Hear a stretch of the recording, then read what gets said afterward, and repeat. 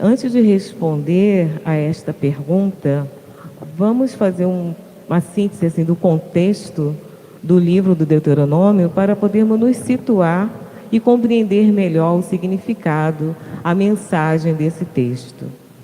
O livro do Deuteronômio, que é o livro que nós estaremos estudando durante o mês da Bíblia, ele faz parte dos 5 livros que formam o Pentateuco. É o 5º livro na ordem que se apresenta na Bíblia, e ele está contido no livro do Pentateuco. Esse termo Pentateuco é um termo grego. Para os judeus, no hebraico, eles chamam o Pentateuco de Torá ou de lei.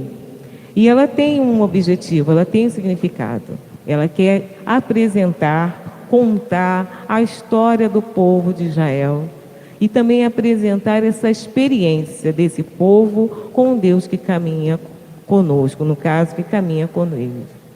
O termo Deuteronômio, como eu já disse, ele vem do grego, e nessa tradução grega, ela significa cópia da lei ou segunda lei. Para os hebreus, ele significa, o nome do livro é Estas Palavras, ou Estas São as Palavras. Esse livro do Deuteronômio, ele é composto de 3 discursos de Moisés e das últimas palavras de Moisés. Esses 3 discursos, Moisés fala, exortando o seu povo para manter-se fiel à palavra de Deus, manter-se na fidelidade à aliança estabelecida lá no Êxodo. Assim que quando eles saíram, da escravidão do Egito, caminham pelo deserto e chegando à montanha do Horebe, o Senhor dá a Moisés os mandamentos. Para quê? Para esse povo se manter fiel, para que esse mandamento conduza esse povo cada vez mais a viver nessa fidelidade, nessa aliança para com o Senhor. O livro destaca Moisés como o grande mediador entre Deus e o povo. Também faz a orientação, porque eles estão caminhando pelo deserto rumo à terra prometida. Então o texto também vai dar orientações como eles deverão viver nessa terra prometida. Essa terra onde jorra leite e mel, ou seja, uma terra rica, uma terra onde há abundância, onde haverá cuidados, haverá frutos, haverá vida para todos. É interessante também a gente observar o tempo da escrita desse livro. Levou aproximadamente 4 séculos, desde 750 até 350 a.C., o período de escrita do livro do Deuteronômio. Então a gente já vai compreendendo como por muitos anos se pensou que Moisés fosse o autor de todo o escrito do livro do Pentateuco. Os estudos, as pesquisas comprovam que não. Moisés é um dos autores, mas existiram outros autores na composição desse texto do livro do Deuteronômio. E levou aproximadamente esses 4 séculos para ele ficar pronto. E aí a gente poderia também, para compreender esse conteúdo do livro do Deuteronômio, ver o nascimento desse livro. Falando um pouquinho sobre o contexto histórico de Israel, em 931 a.C., morre o rei Salomão e acontece um cisma, ou seja, uma divisão, um racha entre as tribos de Israel. Então as tribos se reúnem e vão formar o Reino do Norte, o Reino de Israel, cuja capital será Samaria, e as outras 2 tribos vão se juntar e formar o Reino do Sul, o Reino de Judá, com a capital Jerusalém. Em 783, 781 a.C., sobe ao reino do norte o Jeroboão II. E aí ele vai fazer prosperar toda aquela região, todas aquelas 10 tribos reunidas. Vai ser um período de desenvolvimento político, desenvolvimento econômico. A elite do Reino do Norte vai estar por cima. Mas às custas de quê? Do sofrimento, do camponês, do sofrimento do povo simples, do povo do interior, do povo da terra. Para que houvesse esse apogeu econômico e político, o povo é massacrado, o povo é explorado, o povo sofre. Então a gente vai ver também no texto bíblico Amós falando em defesa do povo, né? Denunciando essas injustiças que estavam acontecendo lá no Reino do Norte. Também a gente vai ver como reação a toda essa opressão governamental, Oséias, o profeta Oséias, Elias, Eliseu, fazendo severa oposição, né, denúncia a essa ação, né, exploradora do governo do Reino do Norte, dessa elite, e fazendo com que o povo, o menor, sofresse tanto. E com o passar dos anos, em 700, deixa eu olhar aqui, eu sempre esqueço as minhas datas. Em 721 a.C., acontece a invasão do Reino do Norte pelo Império da Síria. E quando ele invade o Reino do Norte, destrói todo o país, no caso, as 10 tribos, e também a capital Samaria. Quando isto acontece, o povo, um grande número da população, eles fogem para o Reino do Sul. E junto desse povo que foge para o Reino do Sul, que foge para Judá, vão os levitas, e eles levam, né, consigo as diretrizes, as orientações, né, religiosas, sociais do Reino do Norte para o Reino do Sul. Com isso, vai haver uma grande mudança, tanto política como social, como próprio cultural lá no Reino do Sul. Então, no ano de 716 a.C., é o rei Ezequias que assume o governo do Reino do Sul, do Reino de Judá. Já não existia mais o Reino do Norte, e ele pensa o quê? Tenho que organizar essa crise que está acontecendo, essa expansão da população, e precisa tomar uma diretriz para melhor governar aquele povo, para melhor direcionar aquela crise. E resolve, né, com orientação lá dos seus da corte, fazer uma reforma, que se chama Reforma de Ezequias.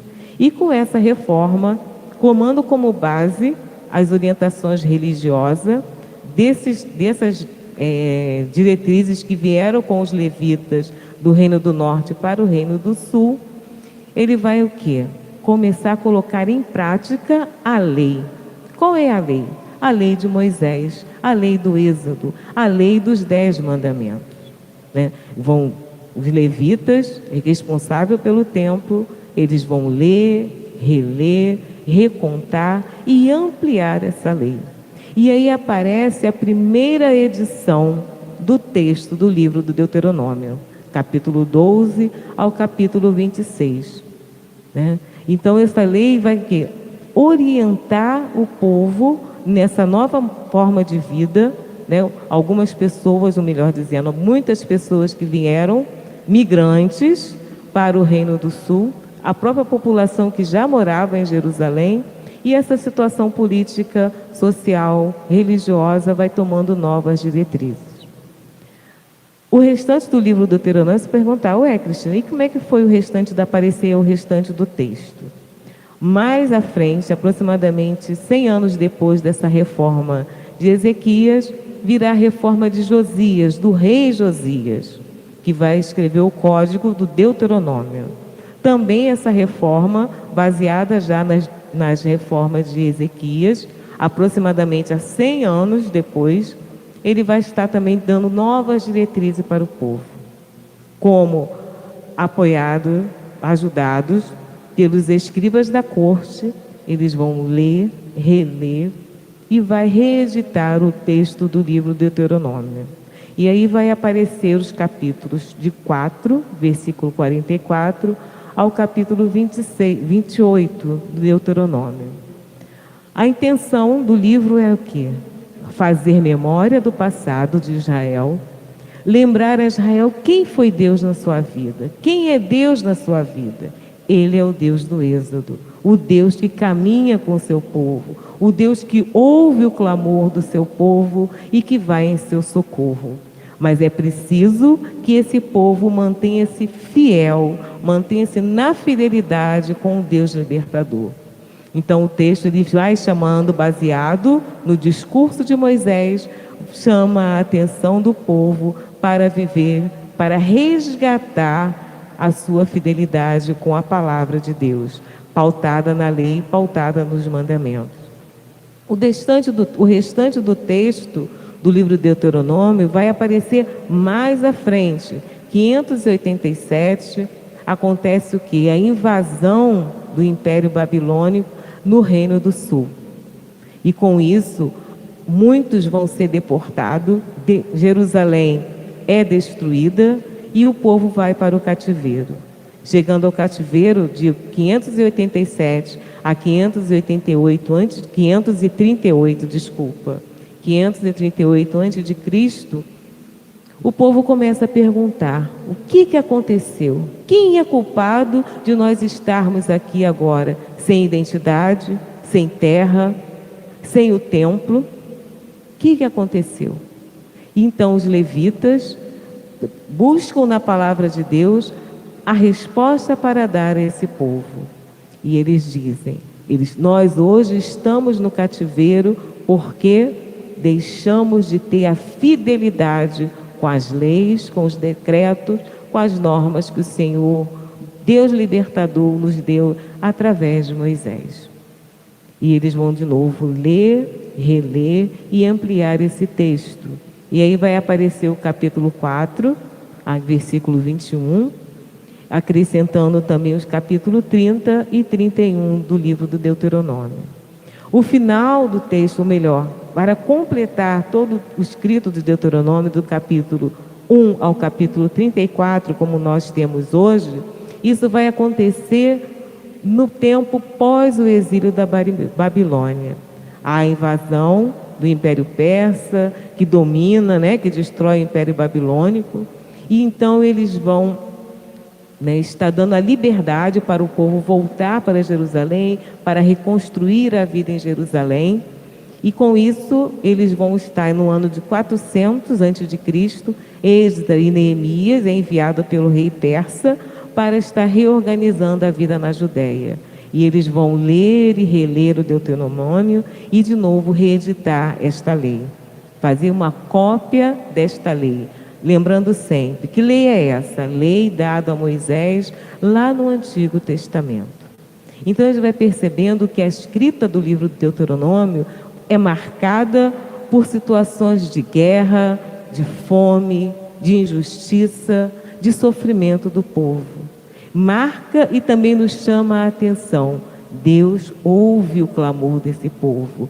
Mas para que isso aconteça, é preciso que Israel se mantenha o quê? Fiel a este povo. Então, a gente percebe com a leitura do texto, uma leitura detalhada, rezada, que esse Deus que ouve esse clamor do povo, dá a Israel esta lei, este mandamento. Isso é um gesto de amor. Deus escolheu Israel como seu povo e a Deus dá condições a este povo para que tenha uma vida melhor, para que tenha uma vida digna. Mas para que isso aconteça, é preciso que Israel dê uma resposta também de amor a este Deus libertador. E essa resposta de amor se dá de que maneira?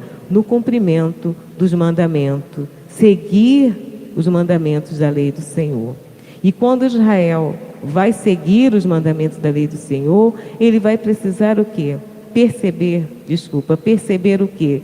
Que os mandamentos são palavras para que se mantenha boas relações. Em primeiro lugar, uma boa relação, uma relação de fidelidade para com o seu Deus. E depois, em segundo lugar, a partir desta relação boa, de fidelidade para com o seu Deus, Israel ser capaz de ter também essa boa relação para com o irmão, para com a sua família, para com o seu vizinho, para com os outros povos. Ao cumprir o mandamento da lei do Senhor, Israel é chamado a viver numa vida de solidariedade. E aí a gente olha o Senhor, Israel é chamado a viver numa vida de solidariedade. E aí a gente olha para o texto no que a nossa irmã Dagmar leu ainda há pouquinho, principalmente chamando a atenção aqui no versículo, vamos lá, Dagmar, no versículo 5, quando ele fala para a gente, meu pai era um arameu, pegou aí? Meu pai era um arameu errante que desceu ao Egito com um punhado de gente e ali viveu como estrangeiro. Mas ele tornou-se um povo grande, forte e numeroso. Então os egípcios nos maltrataram e oprimiram, impondo-nos uma dura escravidão. Clamamos então ao Senhor, Deus de nossos pais, e o Senhor ouviu nossa voz e viu nossa opressão, nossa fadiga e nossa angústia. O Senhor nos tirou do Egito com forte e braço estendido. Isso, né? Olha o que o Senhor fez. Então, esse texto do capítulo 6, a partir do versículo 5, ele chama a atenção o quê? Que é falar da história do povo de Israel. É o resumo da história do povo de Israel. É uma profissão de fé e de fidelidade a esse povo de Israel. Então, quando a gente busca compreender qual é a mensagem desse texto, ele quer falar o quê? Quem é esse povo de Israel? E ele diz, ele era um povo errante, ou seja, era migrante. Caminhava daqui para lá, até que um dia que ele vai para o Egito, entra no Egito, então ele foi um povo estrangeiro no Egito. Com o passar do tempo, da liberdade que eles tinham no Egito, essa população de Israel cresceu e eles passaram a ser o quê? Escravizados. A escravidão marca a história do povo de Israel.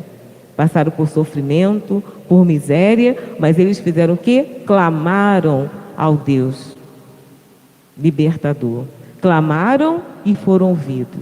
E Deus os libertou. E libertou com mão forte, com braço forte, e caminhou com esse povo pelo deserto, conduzindo para uma terra prometida, para a terra de Canaã, para a terra que brota o leite e o mel. Então o texto quer chamar a atenção o quê? Se você um dia for escravo, não faça do teu irmão escravo, porque você sentiu na própria pele como é duro viver no sofrimento, como é duro viver na escravidão. Você não tinha aonde morar e foi morar como estrangeiro no Egito. Então você tenha atenção para com o estrangeiro também. Assim como você não foi feliz sendo maltratado por estar numa terra estranha, também não maltrate o irmão estrangeiro. Também não maltrate o irmão imigrante. E o texto vai falando que ele apresente ao altar, apresente ao sacerdote as ofertas, as primícias, os frutos da terra, os primeiros frutos da terra.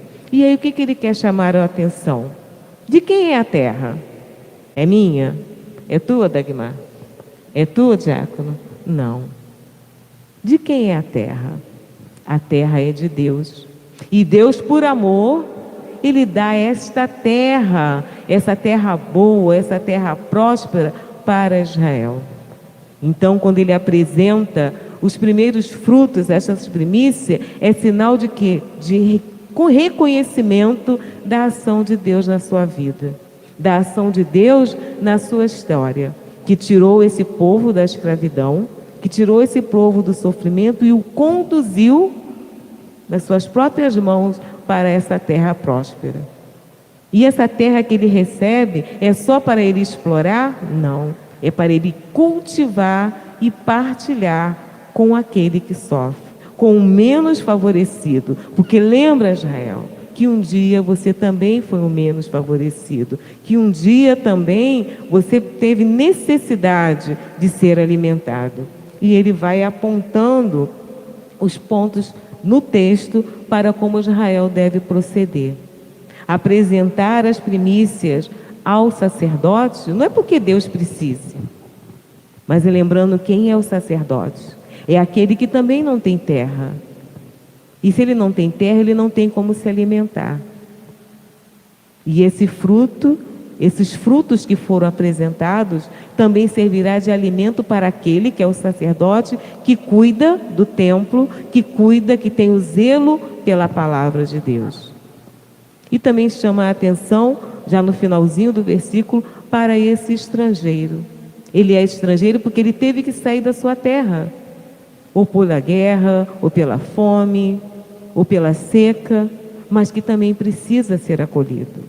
Então o texto chama a atenção. Deus age de bondade para com Israel. Então é preciso também Israel agir de bondade para com os outros. De uma maneira particular aqui, nesses versículos que nós lemos 26, o sacerdote e ao estrangeiro. Eles precisam de que Israel estenda também as suas mãos. Então, destacando assim como mensagem do texto que nós lemos hoje, a gente pode ficar com estas mensagens. Deus é o Deus da solidariedade. Deus agiu de solidariedade para com Israel. Então Israel também precisa ser solidário. Deus alimentou Israel nos seus momentos de dificuldade. Então Israel também precisa alimentar o irmão nos seus momentos de necessidade. Ter empobrecidos, ter pessoas com dificuldades, não é do desejo de Deus. Então ele vai apontando esse caminho de Israel. Quer verdadeiramente viver na fidelidade dos mandamentos? Abre a tua mão para o teu irmão. Esse é o tema, é o lema do nosso mês de 2020, do ano bíblico. Abrir a mão para o teu irmão. Então, assim como o Senhor libertador do Êxodo abriu a mão para Israel e o resgatou daquela vida de sofrimento e o conduziu pelo deserto e introduziu nessa terra prometida, Israel também deve abrir a mão para o necessitado. No caso aqui, chamando a atenção do sacerdote e do estrangeiro. Como você não quer ser tratado mal, não trate mal ao teu irmão. Observar os mandamentos da lei de Deus para viver numa relação humana de dignidade, é preciso estender a mão para o necessitado.